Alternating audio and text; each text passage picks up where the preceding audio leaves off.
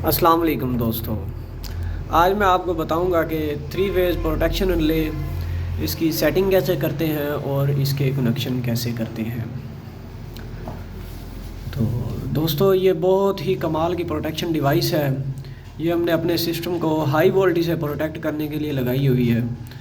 तो अब मैं आपको बताता हूँ कि इसके कनेक्शन कैसे करते हैं। सबसे पहले जब हमने दोस्तों इसके कनेक्शन करने हैं तो सबसे पहले हमने इसकी न्यूट्रल वायर लगानी है।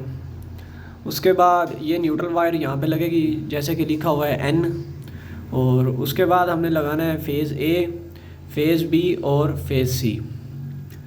तो दोस्तों, अगर हम न्यूट्रल वायर पहले नहीं लगाते हैं, अगर इसको फेज़ पहले दे देते हैं, फेज़ का कनेक्शन पहले कर देंगे, तो ये प्रोटेक्शन रिले वर्क नहीं करेगी और ये जल जाएगी। और इसी तरह जब हमने इसकी आउटपुट लेनी है तो हमने सबसे पहले न्यूट्रल वायर लगानी है। सबसे पहले हमने न्यूट्रल वायर लगानी है, उसके बाद हमने बाकी के फेज़ लगाने हैं। फ़ेज़ों में से चाहे कोई भी आप पहले लगा लें, फ़ेज़ों के सीक्वेंस का कोई मसला नहीं है। अगर आप पहले न्यूट्रल वायर नहीं लगाते हैं तो जैसा कि मैंने आपको पहले बताया, आपकी जो प्रोटेक्शन रिले है वो जल जाएगी, वर्क नहीं करेगी। तो अब चलते हैं हम इसकी सेटिंग की तरफ। तो इसके ऊपर ये 4 बटन दिए हुए हैं।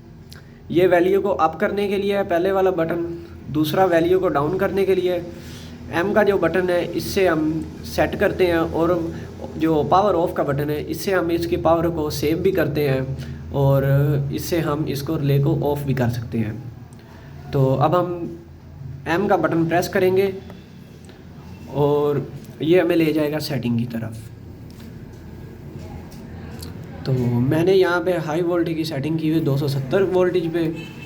तो इसके बाद अब हम M का दोबारा बटन दबाएंगे तो ये कम से कम जो वोल्टेज है ये उनकी सेटिंग है, मैंने 170 पे की हुई है।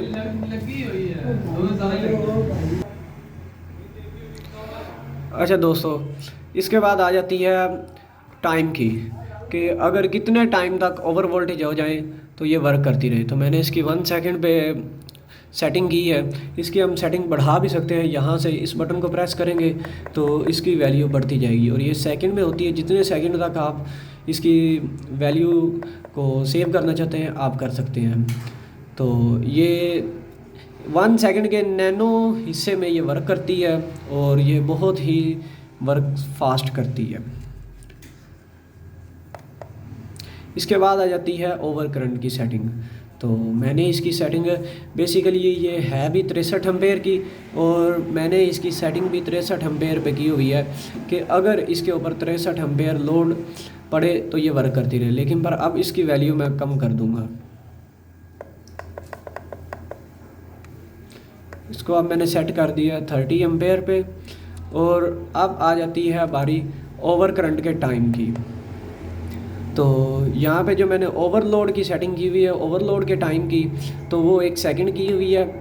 और ये जो लास्ट पे है ये है इसका रिकवर टाइम, यानी कि कितने सेकंड बाद, कितने मिनट बाद ये ऑटोमेटिक अपने सिस्टम को रिकवर कर ले और हमारा सिस्टम चला दे। तो मैंने इसकी सेटिंग की हुई है 3 सेकंड पे, लेकिन पर मैं इसको बढ़ा के अब ले जाऊँगा 15 सेकंड पे। यानी कि 15 सेकंड बाद अगर मेरा सिस्टम नॉर्मल हो जाता है तो ये मेरा सिस्टम चला देगी। अब पावर ऑफ के बटन के ज़रिए हम इसकी सेटिंग सेव करेंगे, और ये देख सकते हैं मेरे जो फेज़ 1 पे वोल्टेज आ रहे हैं 233 आ रहे हैं, फेज़ 2 पे 233 हैं और फेज़ 3 पे 240 है। फेज़ 1 पे जो लोड है मेरा 13.9 एम्पेयर है, फेज़ 2 पे जो लोड है वो है 9.1, और फेज़ 3 पे जो लोड है वो 7.7 है।